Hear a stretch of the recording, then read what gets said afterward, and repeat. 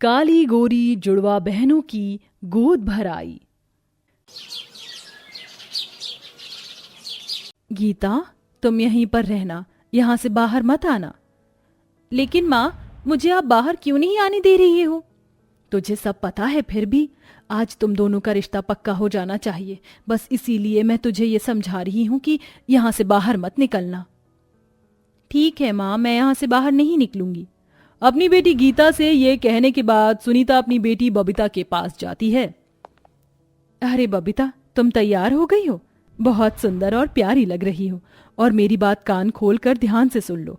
तुम्हारे मुंह से अपनी काली बहन के बारे में एक शब्द तक नहीं निकलना चाहिए। लेकिन माँ, मेरी शादी उसके साथ क्यों करवा रही हो? मुझे एक ही ससुराल में नहीं जाना, वो भी अपनी काली कलूटी जुड़वा बहन के साथ। तुम्हारे पिता की ख्वाहिश है कि तुम दोनों की शादी एक ही घर में करें, और ये रिश्ता बहुत अच्छा है। मैं नहीं चाहती कि ये रिश्ता हाथ से निकल जाए। इससे पहले ही कितने सारे रिश्ते हाथ से जा चुके हैं। लेकिन माँ, मैंने कह दिया सो कह दिया, अब तुम्हें एक शब्द कहने की जरूरत नहीं है। तभी दरवाजे की घंटी बजती है। लगता है लड़के वाले आ गए हैं। चलो, मैं मेहमानों को देखती हूँ, जब मैं तुम्हें आवाज लगाऊंगी तो बाहर आ जाना। सुनीता अपने घर का दरवाजा खोलती है, जहां निर्मला अपने दोनों बेटों के साथ खड़ी होती है। अरे बहन जी, आप आ गई, आइए घर के अंदर आ जाइए। सुनीता के कहने पर निर्मला अपने दोनों बेटों के साथ घर के अंदर आती है और आराम से सोफे पर बैठ जाती है। घर तो काफी अच्छा बनाया है आपने। थैंक यू सो मच बहन जी। अरे सुनीता, इन्हें नाश्ता दो और हमारी बेटियों को बुला लो। ये लीजिए नाश्ता। दरअसल मेरी एक बेटी किसी काम से बाहर गई है और वो कल ही वापस आएगी। बाकी मैं अपनी एक बेटी को बुला देती हूँ। ऐसा कहने के बाद सुनीता अपनी बेटी बबीता को आवाज लगाती है। बेटी बबीता, कहाँ हो? जरा बाहर आना। बबीता जब कमरे से बाहर आती है तो उसकी खूबसूरती और उसका गोरापन देखकर निर्मला बहुत खुश होती है। अरे क्या बात है, आपकी बेटी तो बहुत खूबसूरत और सुंदर है, बिल्कुल दूध की तरह गोरी चिट्टी है। लेकिन आपकी दूसरी बेटी कहाँ है? अब हम उसे कैसे देखेंगे? मेरी दोनों बेटियां जुड़वा हैं। आपको मेरी ये बेटी कैसी लगी? बहुत सुंदर और सुशील, बहुत अच्छी लग रही है आपकी बेटी। हमें आपकी बेटी पसंद है। हाँ, तो फिर आपको हमारी दूसरी बेटी भी पसंद आ जाएगी, क्योंकि मेरी दोनों बेटियां जुड़वा हैं। ये तो बहुत अच्छी बात है कि एक ही घर में जुड़वा बेटी हमारे घर पर आएंगी। चलो फिर ये रिश्ता पक्का हुआ। हम लोग अब शादी की तैयारी शुरू करते हैं। निर्मला ऐसा कहने के बाद अपने दोनों बेटों के साथ खड़ी होती है और चली जाती है। वहीं राजवीर और सुनीता रिश्ते की बात पक्की होने के बाद बहुत खुश होते हैं। चलो, फाइनली हमारी दोनों बेटियों का रिश्ता हो ही गया, वो भी एक ही ससुराल में। हाँ, अब हम शादी की तैयारी शुरू करते हैं, क्योंकि हमें दो दो बेटियों की शादी करनी है। इस तरह वह शादी की तैयारी शुरू कर देते हैं। सुनीता और राजवीर अपनी दोनों बेटियों की शादी की शॉपिंग में सबसे ज्यादा ध्यान अपनी गोरी सुंदर बेटी के ऊपर देते हैं।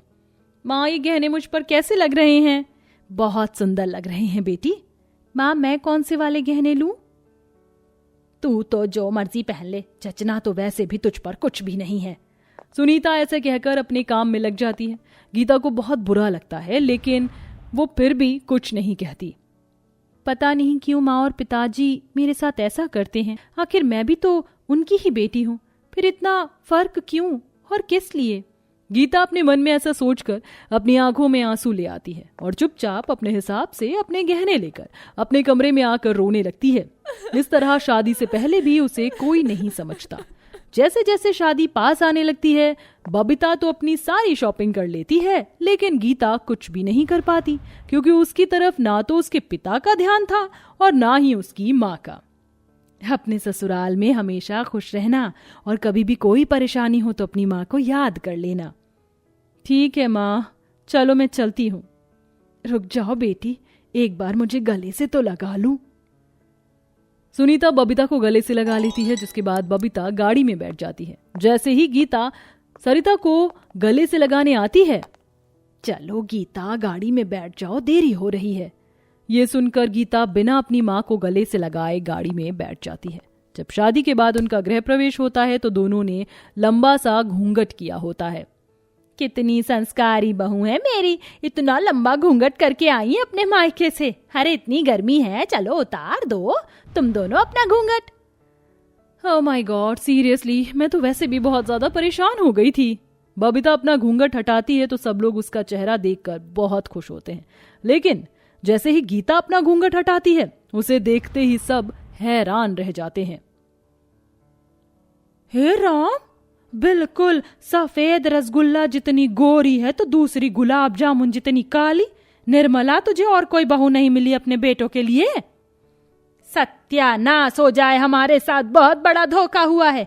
अरे हमें तो जुड़वा कहकर ये कहा गया था कि दूसरी बेटी बिल्कुल गोरी बेटी के जैसी है, लेकिन दूसरी बेटी तो कोयले की खादान है। ये सुनते ही गीता की आंखों में आंसू आ जाते हैं। अरे माँ जी, जुड़वा तो हम हैं ही, बस रंग में थोड़ा सा डिफरेंट है। मेरे माँ पिताजी ने आपसे कोई झूठ नहीं बोला। अब आप हमें अंदर बुलाओगे या फिर खड़े रखोगे?